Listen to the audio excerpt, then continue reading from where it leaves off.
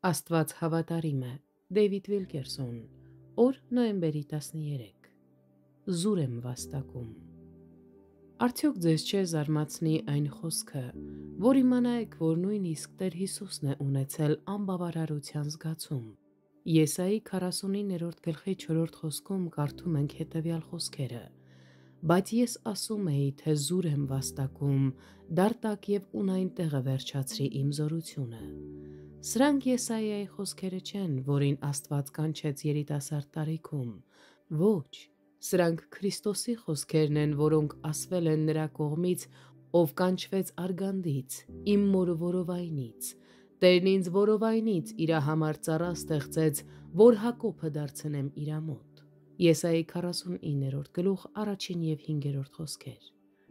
Երբ հանդիպեցի այս հատվածին, որը բազմիցս կարդացել էի, սիրտս լցվեց զարմանքով։ Հազիվ էի հավատում, թե ինչ էի կարդում։ Տեր Հիսուսի խոսքերը «զուր եմ վաստակում»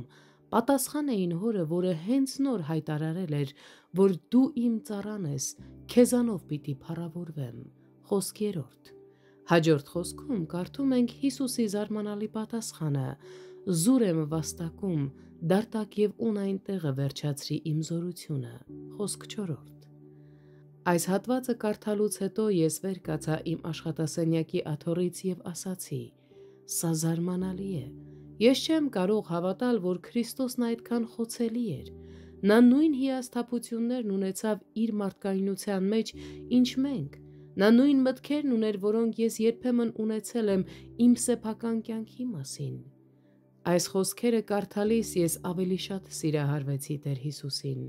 Ես հասկացա, որ Եբրայեցիներին ուղղված նամակի 4-րդ գլխի 15-րդ խոսքը զուր խոսքեր չեն։ Մեր Փրկիչը իսկապես կարեկցում է մեր թուլություններին և փորձվել է մեզ պես, բայց չի մեղանչել։ Նա լսել է նույն մեղադրանքները, որոնք սատանան շշնջում է մեզ. «Քո առաքելությունը չես կատարել, քո ջանքերը ոչ մի արդյունք չեն տվել»։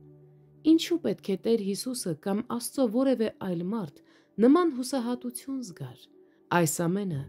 փոքր արդյունքները